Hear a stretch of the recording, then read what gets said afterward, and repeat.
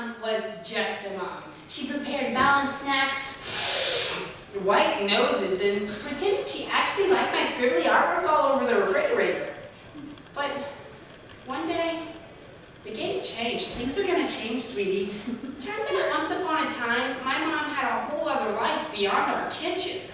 She had this thing called a PhD. And now that I was past a critical development stage, it was time to start PhD. Holding office hours would allow for both me and David to develop our own personal identities. Did I mention her PhD was in psychology? Anyways, for Mom to go back and psychogize, we needed something we'd never had before. We needed a babysitter. My Life in Babysitters by Robb.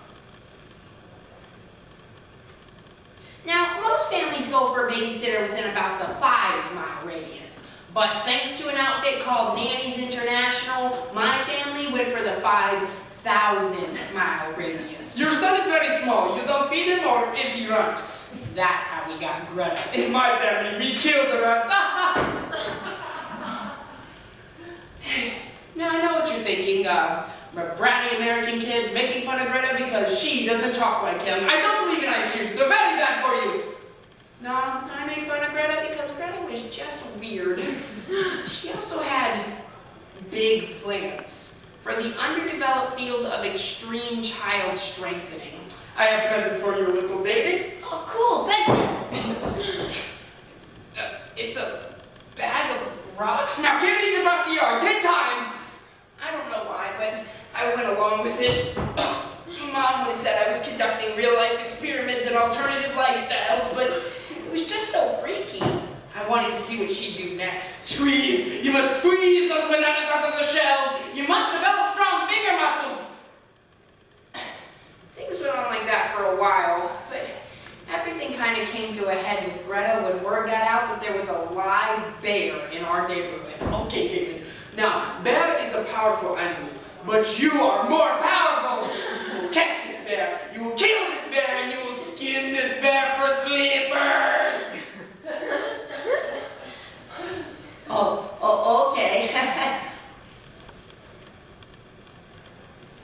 You think this is a joke? You go get the real bear! A real bear? Real bear!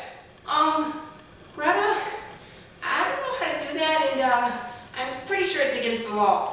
You Americans and your law. Fine, I'll go catch a real bear. Greta, I think you should wait for Mom. But Greta didn't wait. And a couple of hours later, I have you now, David Beast! God. You see, David? That is how you catch a real bear. Oh, Greta? Yes? You're bleeding. Yes? After that, my mom found my bag of rocks, and Greta's time at our household came to an end.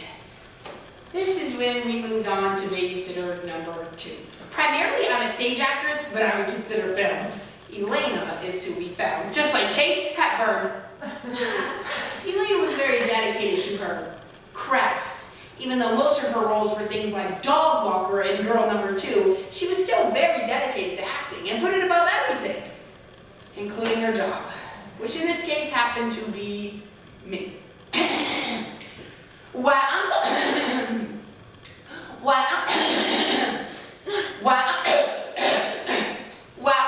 Alan, you do not say.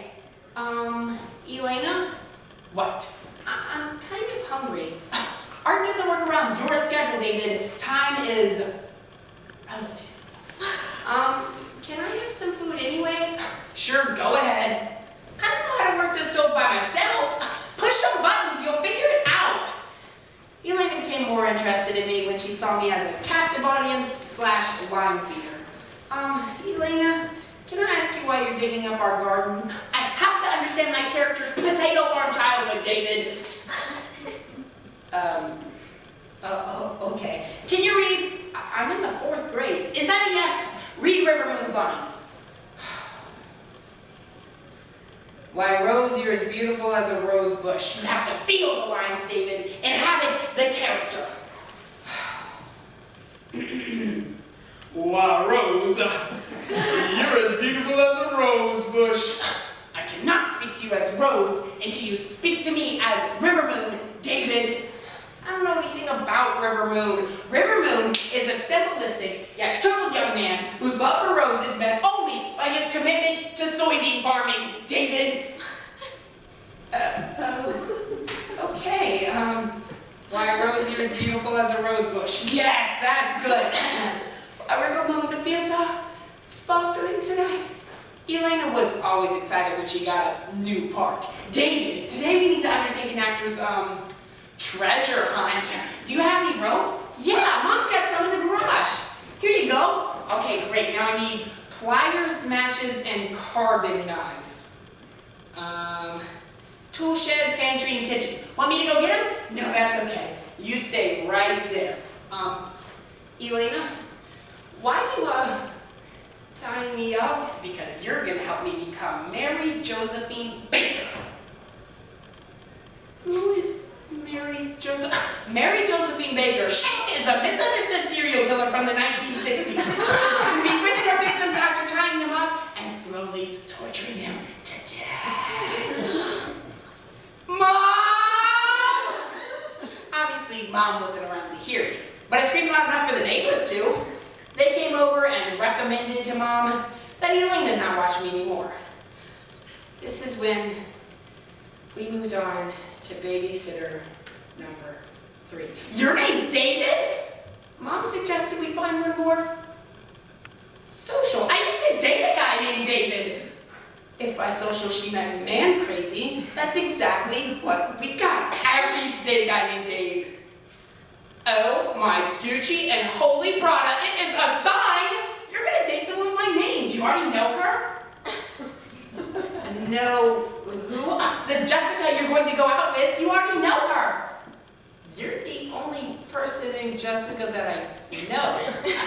David, it's cute that you're flirting with me, but really kind of inappropriate. I wasn't trying to, it's okay, I get it all the time. You look like one of those smart kids, aren't you?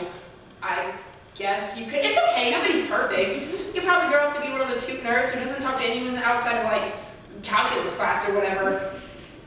I guess that'd be okay if everyone I wanted to talk to was in calculus class. It's so sad that you already feel that way. What if you never dated anyone pretty? I'm 9. I really don't want to date anyone, but you're gonna grow up someday, and wouldn't you rather date someone, well, who looks like me?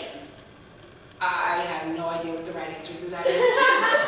I know. We'll practice. Practice what? Talking to pretty girls. I think I'm just gonna go play Dungeons and Dragons.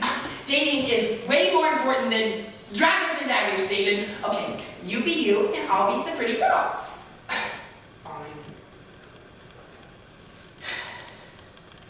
What are you doing? I'm being me. I don't have to say anything. You have to say something, David. Hi. Hi. How are you today? That's kind of boring. Nice weather, isn't it? No, that's boring. Do you want to play Dungeons and Dragons? Oh my Gucci. Well, that's not boring to me. I'm just trying to help you and you don't even appreciate it. You are so on your way to being one of those cute nerds who is totally clueless about romance. Well, it's not true. I know something about romance. You are as beautiful as a rose bush. Your eyes sparkle like lightning bugs. Your skin is as firm as a ripe tomato, and you smell of fresh dirt. Oh my Gucci, you are way more messed up than I thought. It's bad enough to be a repressed nerd, but to be in love with your babysitter? It's totally sick. I wasn't trying to... You're the one who wanted me to practice talking to girls anyway. Sure, take my kindness and turn it against me. You are one messed up little kid, and your mom needs to take you to, like, scouts or something. You need to get out more. But I did learn valuable life skills from these babysitters. I can carry a bag of rocks for 10 miles. I don't even feel it when it jabs me in the butt anymore. I never give anybody rope without asking what their intent is first. And if a female starts talking about dating and romance and I went in the conversation, all I have to say is, you smell like fresh dirt.